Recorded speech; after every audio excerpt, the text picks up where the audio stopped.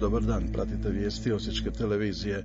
Jedna od danas najavljenih inicijativa gradskog poglavarstva zanimat će u prvom redu roditelje djece školskog uzrasta. Prema riječima dogradonačelnice Biljane Borzan, grad ima namjeru maksimalno iskoristiti kapacitet kuhinje Centra za predškolski odgoj, u koji je uloženo 3 milijuna kuna, a koja trenutno nije maksimalno iskorištena. Zato je predloženo da se u istoj kuhinji pripremaju obroci za školsku djecu, što bi značilo jeftiniju prehranu po obroku otprilike 5 kuna manje. Mjesečna bi ušteda za roditelje prelazila 100 kuna, rekla je Borzan. Proceduralne stvari bit će brzo obavljene, te će Centru za predškolski odgoj biti poslan nalog da uskladi svoje akte i djelatnosti kako bi mogli početi kuhati i za školarce. Gradonačelnik Matković upitan je neposredno pred početak sjednice poglavarstva o konačnom rješenju problema stanara u Gundulićevoj ulici u svjetlu tamošnjeg smanjenja parkirališnog prostora u korist biciklističke staze. Kako je rekao, stanarima su na raspolaganje stavljene 3 bočne ulice koje se naslanjaju na Gundulićevu. Na drugoj sjednici Savjeta za razvoj ljudskih resursa najviše se razgovaralo o suradnji na relaciji sveučilište, županija, gospodarstvo. U duhu učenja, suradnje i timske organiziranosti povela se polemika o strategiji povezivanja sveučilišta i županije kao znanstvene strukture s jedne strane te političke strukture s druge.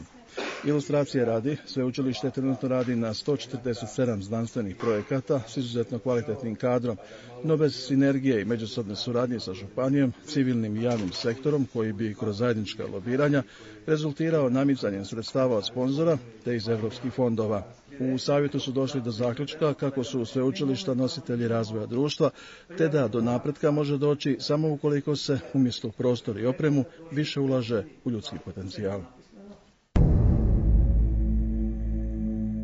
Projekt socijalno-gospodarskog oporavka, vrijedan 60 milijuna eura, provodi već 2 godine Ministarstvo regionalnog razvoja u suradnji sa Svjetskom bankom. Cilj je projekta povećanje gospodarskog rasta, a time i zaposlenosti. Ciljne skupine su ratom pogođene osobe, nezaposleni, invalidi, mladi i žene, a projekti trebaju biti vezani uz proizvodne aktivnosti, preradu ili inovacije. Jedan od uvjeta je da se projekt provodi na području od posebne državne skrbi. Bespovratna sredstva gospodarstvenici mogu dobiti do kraja rujna.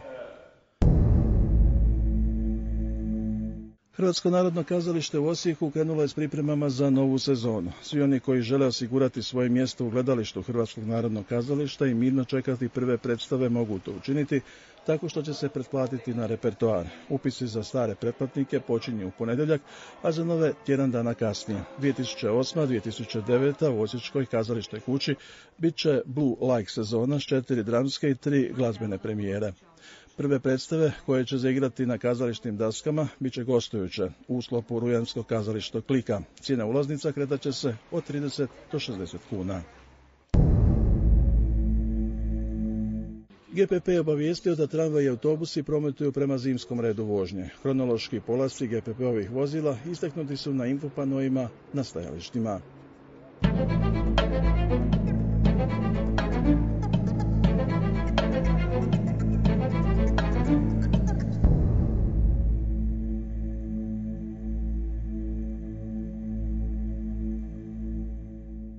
U meteobiltenu za današnji dan stoji kako je bilo vedro i vruće s dnevnom temperaturom od 28 Celzijevih stupnjeva.